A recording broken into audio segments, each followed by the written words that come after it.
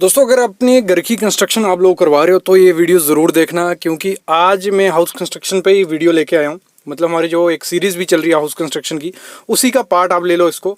देखो क्या होता है, जब भी हम घर की कंस्ट्रक्शन करवाते हैं तो दो टाइप के हम मोस्टली घर बनवाते हैं। ठीक है, एक हो गया हमारा फ्रेम स्ट्रक्चर, एक हो गया लोड बेरिंग स्ट्रक्चर। दोनों को समझो पहले, फिर आगे मैं टॉपिक को क्लियर करता हूँ। टॉपिक पहले मैं बता देता हूँ। आज का टॉपिक हमारा है कि जब आपके कॉलम कास्ट हो जाते हैं, आपने कॉलम बना कास्ट कर दिए, उसके बाद हमें ब्रिक वर्क करना चाहिए, जुड़ाई करनी चाहिए, या स्लैब डाल के फिर ब्रिक वर्क करना चाहिए। मतलब कॉलम कास्ट हो गए, उसके बाद दो ऑप्शन होते हैं, हम स्लैब डाल दें या ब्रिक वर्क कर लें। तो उसमें से सबसे बेस्ट प्रोसेस कौन सा है, बेस्ट टेक्निकली देखा जाए तो कौन सा सही है, वो सब चीज़ें इस वीडियो में मैं बात करने वाला हूँ। तो अभी हम वापिस आते हैं हमारे टॉपिक पे कि हमारा टॉपिक था फ्रेम स्ट्रक्चर और लोड बेरिंग स्ट्रक्चर में क्या डिफरेंस है। फ्रेम स्ट्रक्चर हो गया जिसमें हम क्या करते हैं, कॉलम प्रोवाइड करते हैं, बीम प्रोवाइड करवाते हैं, स्लैब, ब्रिक वर्क सब कुछ करते हैं।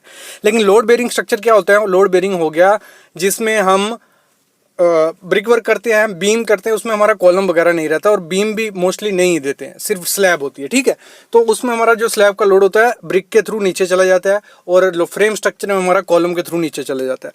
तो अभी बात आती है, अगर हम पहले कॉलम कास्ट कर लिया हमने, ठीक है, उसके बाद हमें स्लैब करनी चाहिए।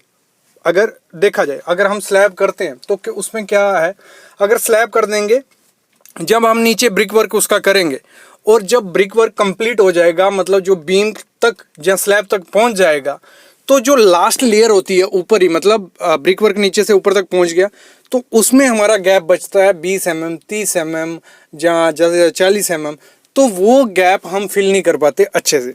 ठीक है, इसमें काफ़ी मोस्टली जहाँ भी पहले कॉलम करके स्लैब कास्ट कर ली और जब ब्रिक वर्क करने की बारी आई, वहाँ दिक्कत यही आती है, जो ऊपर वाला गैप होता है वो प्रॉपर से फिल नहीं होता है।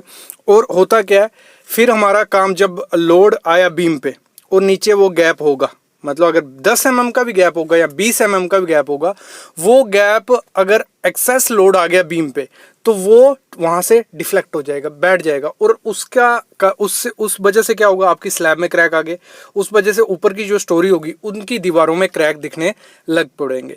तो ये काफ़ी रिस्की काम होता है, मतलब अगर आप प्रॉपर सुपरविजन से नहीं करोगे।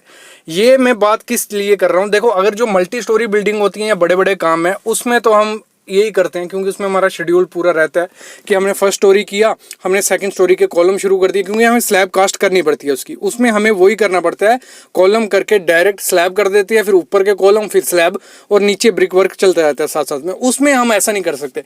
लेकिन हमारा जो घर की कंस्ट्रक्शन होती है, उसमें आपको क्या करना है, उसमें आप पॉसिबल हो तो पहले कॉलम खत्म कर लो, उसके बाद ब्रिक वर्क करो, उसके बाद स्लैब कास्ट कर दो। उसमें क्या होगा, जो आपके गैप होंगे, मतलब उसमें गैप आपका बचेगा नहीं।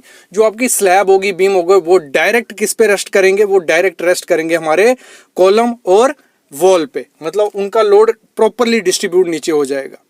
और लेकिन जब हम वैसे करते हैं तो हमारा उसमें गैप बच जाता है। इसी प्रोसेस में एक और केस निकल के आता है, जब क्या होता है, साथ साथ में ब्रिक वर्क चलता जाता है। मतलब हमने 1500 हाइट पे ब्रिक वर्क कॉलम किया, फिर साथ में ब्रिक वर्क किया, फिर हमने कॉलम थोड़ा और बढ़ाया, फिर ब्रिक वर्क किया, तो वो प्रोसेस भी सही है। इस पे अलग वीडियो हमारी एक आएगी कि कौन सा प्रोसेस सही है, आप कॉलम के साथ ब्रिक वर्क करो या ब्रिक वर्क कॉलम कर दिया फिर ब्रिक वर्क करो।